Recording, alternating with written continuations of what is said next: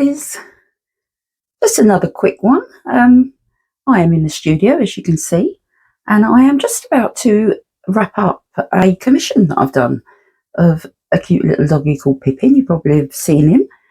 I just thought I would show you what I do when I'm packaging up the artwork and how I send it. I just thought it might make a nice little video and show you how I do things here. I don't really have a system. I just, depending on the artwork, I will, wrap it up accordingly.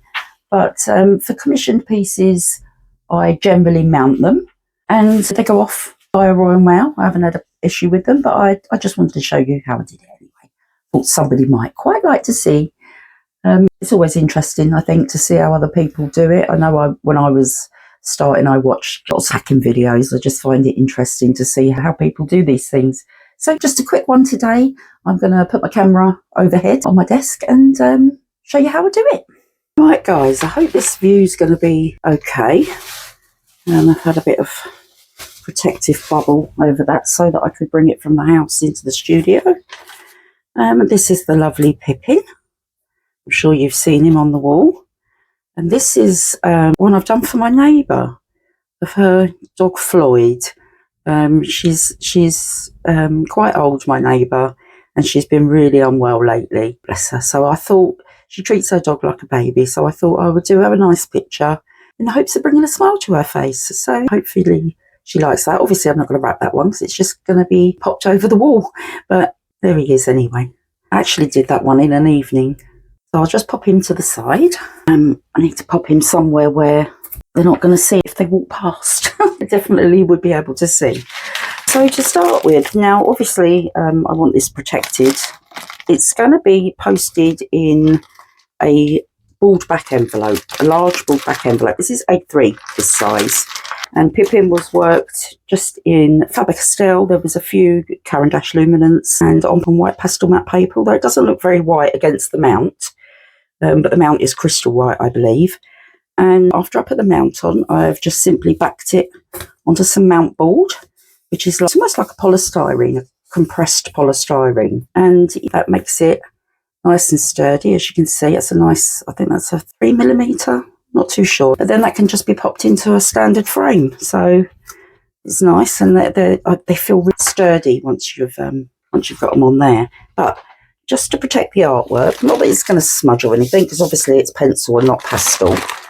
I have this lovely big roll of glassine paper, and if I could only find some scissors, isn't that marvellous? Let's see if I've got some in there. So let's try that again. I have got this lovely big roll of glassine, which I have obviously not opened. Oh, I have opened. I was going to say I thought I'd used it. Anyway, and this is similar to, well, it's exactly the same actually, to the in-between pages of pastel matte pad. If you get a pastel matte pad, you get a sheet of paper and then you get a sheet of glassine over the top. And I always tear them out and I use them to, especially with pastel, to stop anything from smudging. But they're also great for protecting your artwork. So, remember how big these are. I think I might have to join two together. So I'll take two of these sheets of glassine out. Just pop this to the side onto my chair and just move Pippin over there for a second. Now obviously it's been in a roll, so it's a bit higgledy-piggledy. Let me just check the size. So I'm going to have to go possibly that way, aren't I? Right, so I'm just going to join these two bits together. There's no secret to it. I'm just going to tape it together down the middle there with some tape. Let's just get it in position first. I hope you watched my Glastonbury video. That was a fun day, that was. And if you haven't watched it, go and watch it. I've got a part 2 coming up soon because I didn't want to make the video too long. So I've split it into 2 parts. But the second part, we actually went to the Abbey ruins where King Arthur's tomb is reported to be. That's clever. So you can see King Arthur's tomb. It was a lovely day out, actually. It's really nice. Let's just pop that there for a second. Right, join those together. And I'm just going to put that so that the back is on that seam there. And before I wrap it, I'm going to sign it. So I've joined the glassine paper. Now there's a couple of things I need to do, as you probably noticed, before I send this. And one is to attach my certificate of authenticity to the back. So I need to fill that out, and then I'm just going to attach that on the back of the picture somewhere. Sometimes I do it in the middle, sometimes I do it at the top. So I will do that in a second. And once I've signed, I will sign it down here on the mount. So once I've attached this and signed the mount, I then usually pop in, I've got a couple of little cards. I've got one sort of informational card with the details of the website and everything, you know, if they want to pass it on to somebody. And I've got a little thank you card that I will write a little personal note on the back and pop that in as well. So let's just get on with this, signing this certificate. I just want to check my pen is working, because there's nothing worse than starting and you can't finish. So I've got my pen, my glassine out the way for a second. So, certificate of authenticity. Now, these are ones I've printed out myself. It just says this certifies the artwork is an original piece by artist Evelyn Plume. All copyright and reproduction rights are reserved by the artist. And it's got a space for me to write my name, the title of the artwork, the date it was finished, the size of the artwork, what medium it is, what surface it was done on, my signature and a date, and I'll just pop that on the back there. So I'll just fill this in now. I'll pop my glasses on so I can see what I'm doing. And I am just calling this Pippin because that is the dog's name. Date completed. What date are we on? I don't know what date we're on. Let me think about this now. I think it's the 4th. I'm going to put the 4th. September 24.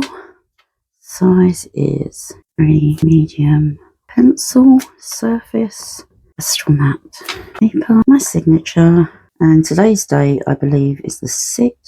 No, I believe it's the 7th. I'm thinking now.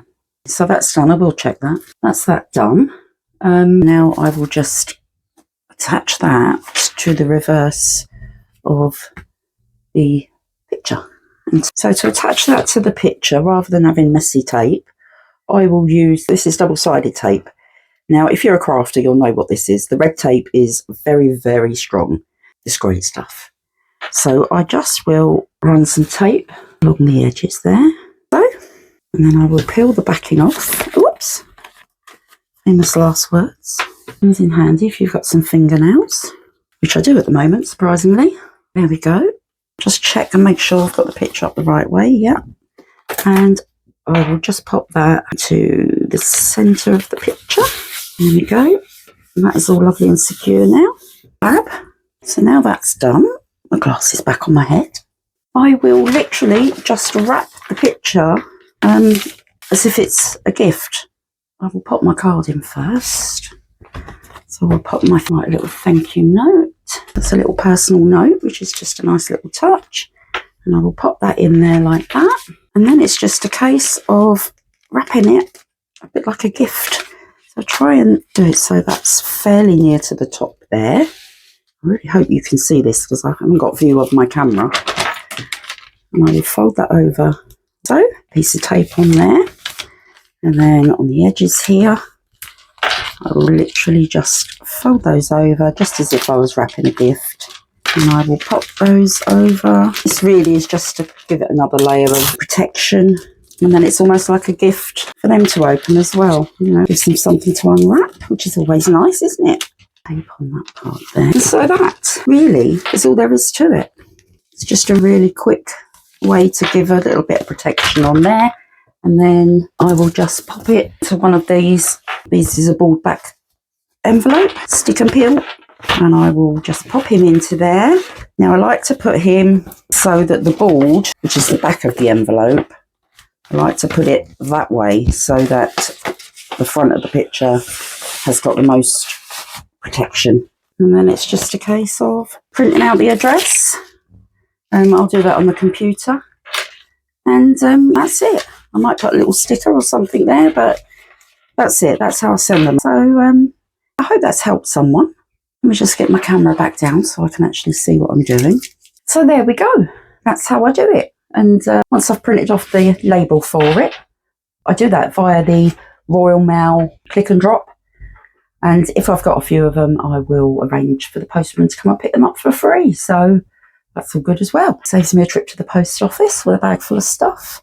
So that's how I do it. It's always good to see, isn't it? Have a nose and see what other people do. I would like to do it a bit posher, to be honest. Gift boxes I've been looking at lately, nice little presentation boxes and things like that. But for now, this is how I do it. It's cheap and cheerful, but it does the job, and it gets it there safely. And I offer free postage at the end of the day, so trying to keep costs down until I'm rich and famous. I can't afford gift boxes and things like that. I'm a small business, I've not long started, so who knows, maybe in a few months I'll be putting them in posh gift boxes. But that's what I do for now, and if you're just starting off, that's perfectly fine. It's acceptable, it's protected, it's got all the bits and pieces that it needs to have in there, little thank you note. Don't worry about it if that's all you can do. I think now I need to try and track down my neighbour. I'm a little bit worried, to be honest. I've done this lovely picture of Floyd for her, but I actually haven't seen her for a couple of days, and I'm getting a little bit concerned now. She's always out in the garden, she's always saying hello to me, and I'm just a little bit worried that she's not very well. So I will make a coffee and see if I can see her. I don't like to disturb them, but if I see her, I'll let them know I've got a gift for her, and I'll pop round and give it to her. She's not been very well lately. She's 86. You would never guess. I hope I look that good at that age if I make it that long. But she's a lovely, she's really nice. And I really hope you've enjoyed the video. It was a quick one. Quick and useful is always good, isn't it? A little bit of info for you there. And I'm still got to upload the other Glastonbury video. If you didn't watch the first one, watch it. It was great fun. We went in the art shop first, as per usual. And then we took just a window shop around. We went into a couple of the other shops. Did I buy anything else? I'm trying to think now. Was it just the art shop? I think I just purchased in the art shop. And that was just a watercolour pad that I wanted to try my pencils on, and some blending pencils, which were quite good actually. They were really good. Derwent, I think they were, blending pencils. But anyway, I'm on a waffle now. I'm going to go make a cup of coffee and see if I can catch the neighbour. And I'm hoping to be back soon with a new tutorial. I'm still dithering as to what that's going to be. I know I said bee and flower, but so many other things I want to do. And of course, I've got to prep for the Christmas art fair that I signed up for, Arts and Crafts Fair. I need to make some Christmas designs. Maybe I should do that tutorial. Got me thinking now. I don't want to start off with anything too complicated. Anyway, let me know what you think in the comments. Let me know what you think I should do. If you haven't already subscribed, please hit the subscribe button and make sure to knock the little bell icon to the all position so that you get all the notifications from me. And if you like the video, please give it a thumbs up. You know what I'm going to say, don't you? YouTube really likes seeing people like videos. So if you hit the like button, then YouTube pushes the video out to more people. I'm not getting many views on the videos at the moment, but I'm not surprised, to be honest. It'll help me. Anyway, I will see you all in the next one. Thank you so much for watching, and I'll see you soon. Bye.